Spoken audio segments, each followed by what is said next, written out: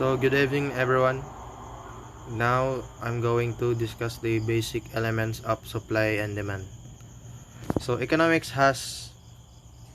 theory of supply and demand. So, economics has a very powerful tool for explaining such as changes in the economic environment. So, it is called the theory of supply and demand. So, this theory shows how consumer preferences determine consumer demand for commodities, while business costs are the foundation of the supply of commodities. So the demand. So a demand schedule shows the relationship between the quality demanded and the price of a commodity, other things held constant, such as a demand schedule depicted graphically, and a demand curve holds constant other things like family income stays and the price of other goods. Almost all commodities obey the law of downward sloping demand, which is hold the quantity demanded falls as a goods price rises. So this law is represented by downward sloping demand curve. Many influences lie behind the demand schedule for the market as a whole.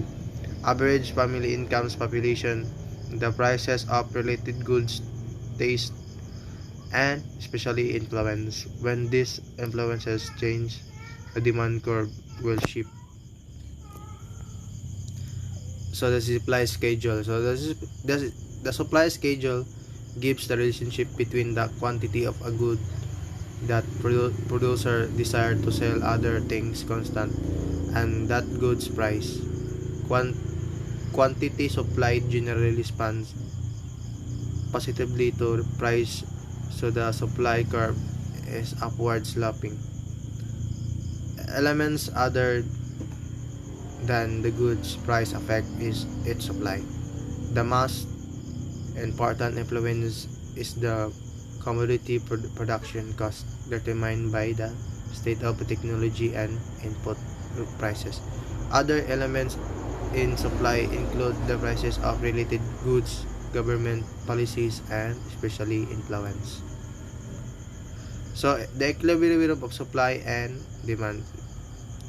So in a competitive market occurs when the force of supply and demand are in balance. The equilibrium price is the price at which the quantity demanded just equals the quantity supplied.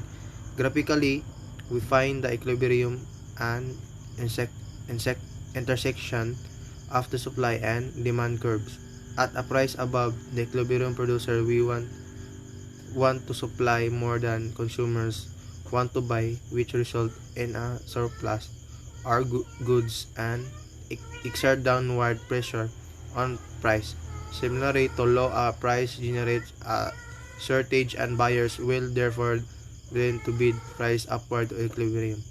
Shifts in a supply and demand curves change the equilibrium prices and quantity the increase in demand which shifts the demand curves to the right will increase both equilibrium prices and quantity.